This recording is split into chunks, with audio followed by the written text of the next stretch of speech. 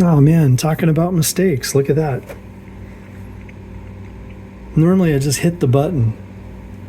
Instead, I think I hit stop. Now I gotta figure out how to join these videos later. That sucks. Or I'll release this as a 2-part inking video. Dang it. That's okay. Thanks for being there with me. So what was I talking about?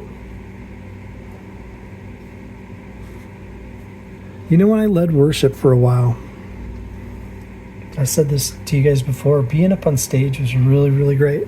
I felt like I was really serving God in a tangible sort of way. And then when that season was over, I had this peace. You know, I knew God was all over it. And sometimes whatever your creative endeavor is, you'll have people that want you to do the same thing all the time. I remember going to a different church, and you know, people knew me from that old church, and they were like, "Oh, hey, this guy knows what he's doing, da da da." And I was like, "Hey, I'm not interested." And they're like, "What do you mean you're not interested?" And I'm like, "Well, you know, I could just felt that it wasn't the time, or maybe my time had passed." And sometimes that happens in your art. Sometimes, you know, you really want to hustle and you really want to sell and make a name for yourself, or try to get those movie credits. Oh boy. What do I mean by that? Well, you know, whenever you work on a feature film, you get credit. And that can be a real monster. That can turn into a real monster, guys. I know from experience. You know, it's like, wow, oh yeah, I'm going to try to do this. And you know, it's not so much just working on a creative project. It can be the fact that you're doing that for your self-worth. And that's never good. You guys, that's a terrible way to live.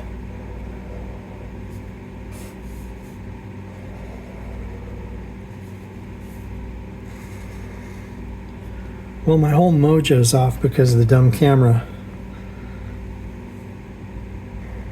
So hopefully I'll be able to join these videos.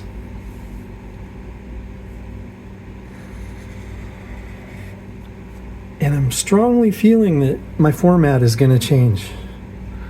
I think I'm going to do an inking and coloring at the same time, if not doing inking last. Because my style. Remember I was telling you guys that this is kind of counterintuitive from my style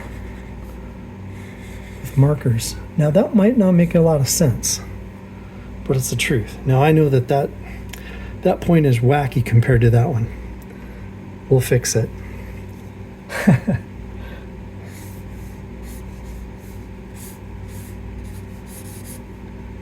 At this point, I think I'm just going to rough it in.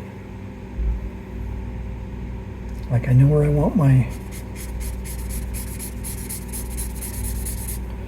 want some darks. And I think I'm just going to crosshatch that. Do you guys mind if I do that? I think I'm just going to do that. Like, I don't want to make it black. With the exception of this. I'm going to make that black for sure.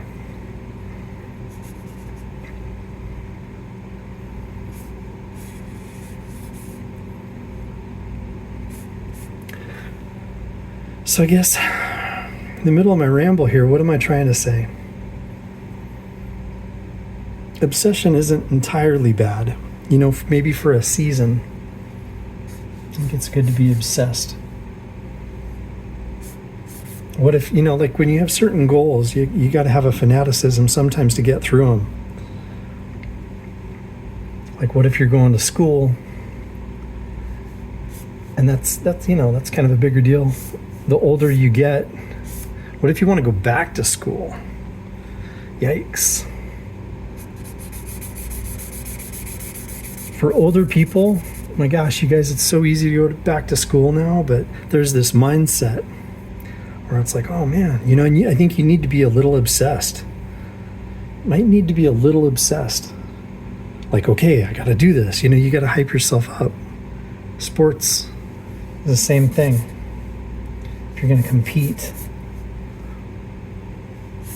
any kind of competitive venture, you know, you want to work yourself up a little bit, because both, I think, can do incredible things.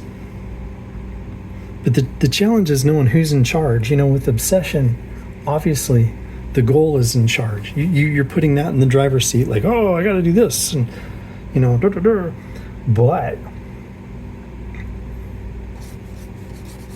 you want to be the one in charge.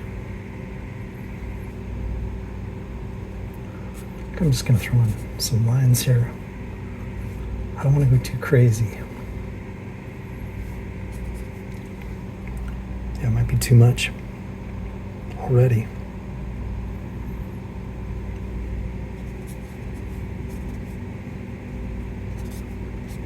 Well, it's going to be blue, so I'm not too worried.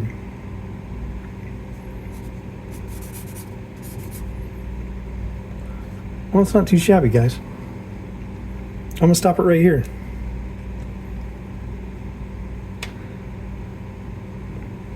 The goal isn't to eliminate obsession entirely. You know, it's, again, it gets back to making sure that our goals serve us.